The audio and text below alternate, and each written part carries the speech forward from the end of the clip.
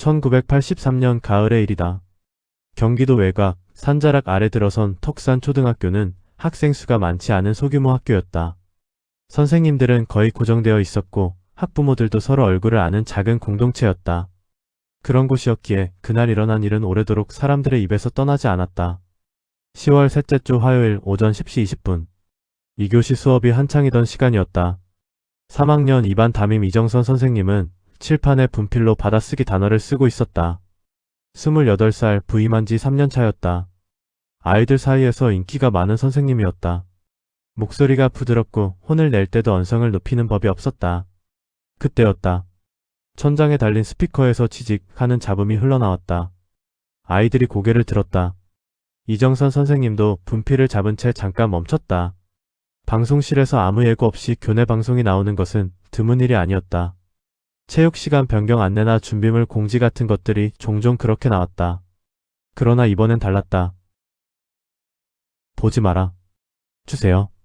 이상해. 집니다. 보지 말아주세요. 이상해집니다. 여자의 목소리였다. 성인 여성 그것만큼은 분명했다. 그런데 억양이 없었다. 높낮이가 없었다. 쉼표도 감정도 없이 똑같은 음높이로 문장을 반복했다.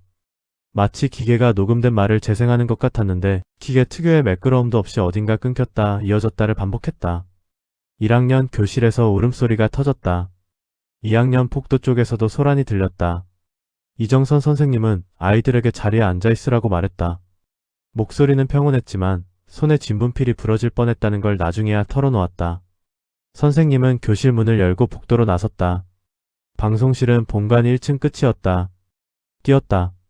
방송실 문 앞에 도착했을 때 복도는 조용했다.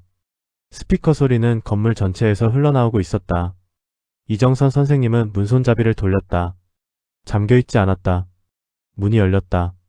방송실 안에는 아무도 없었다. 마이크는 스탠드에 꽂혀 있었고 앰프의 전원 램프는 켜져 있었다. 의자는 반쯤 빠져나온 채였다. 마치 방금 전까지 누군가 앉아있다가 일어난 것처럼. 창문은 잠겨 있었고 다른 출입구는 없었다. 스피커 소리는 이정선 선생님이 방에 들어선 직후 멈췄다. 뒤이어 달려온 교감 선생님과 남자 선생님 둘이 방송실을 샅샅이 확인했다. 학교 전체 여자 선생님들은 모두 수업 중이었다는 것이 확인됐다. 학교 측은 외부인 침입 가능성으로 결론을 내리고 경비를 강화했다. 사건은 그렇게 봉합됐다. 그런데 그 다음 날부터 이정선 선생님이 나오지 않았다. 처음엔 감기라고 했다. 일주일이 지나도 나오지 않았다. 교장 선생님이 연락을 했지만 선생님 어머니가 전화를 받아 몸이 좋지 않다고만 했다. 3학년 2반 아이들은 담임이 빨리 낫기를 바라며 편지를 썼다. 반장 김도연이 편지 묶음을 선생님 집 우편함에 넣고 왔다. 답장은 오지 않았다.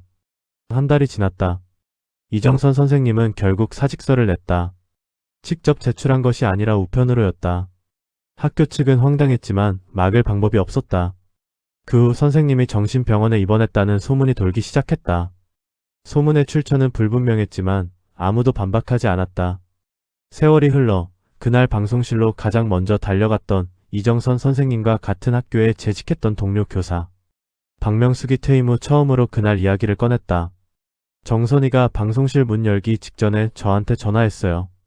그때는 제가 2학년 수업 중이라 받지 못했죠. 통화 기록에는 10시 22분으로 찍혀 있었다고 했다. 방송이 시작된 것이 10시 20분이었고 이정선 선생님이 방송실 문을 연 것이 10시 23분 전후였다. 그러면 전화를 건 것은 방송실 문을 열기 바로 직전이 아니라 문을 열고 안을 본 직후였다는 계산이 나온다. 박명숙은 말을 이었다. 나중에 정선이 어머니한테 들었어요. 정선이가 퇴직하고 나서 한동안 말을 거의 안 했대요. 그러다 딱 한마디만 했대요. 방송실에 아무도 없었던 게 아니었다고. 근데 보면 안 된다고 했다고. 학교 측이 공식적으로 확인한 기록에 따르면 그날 방송된 내용은 잡음이 심해 정확한 해독이 불가능했다. 다만 당시 학생들 사이에서 가장 많이 회자된 해석은 하나였다. 보지 말아주세요. 이상해집니다. 이정선 선생님은 보았다. 그 이후로 이상해진 것인지 아니면 보지 말라는 경고를 이미 늦게 들은 것인지는 지금도 아무도 모른다.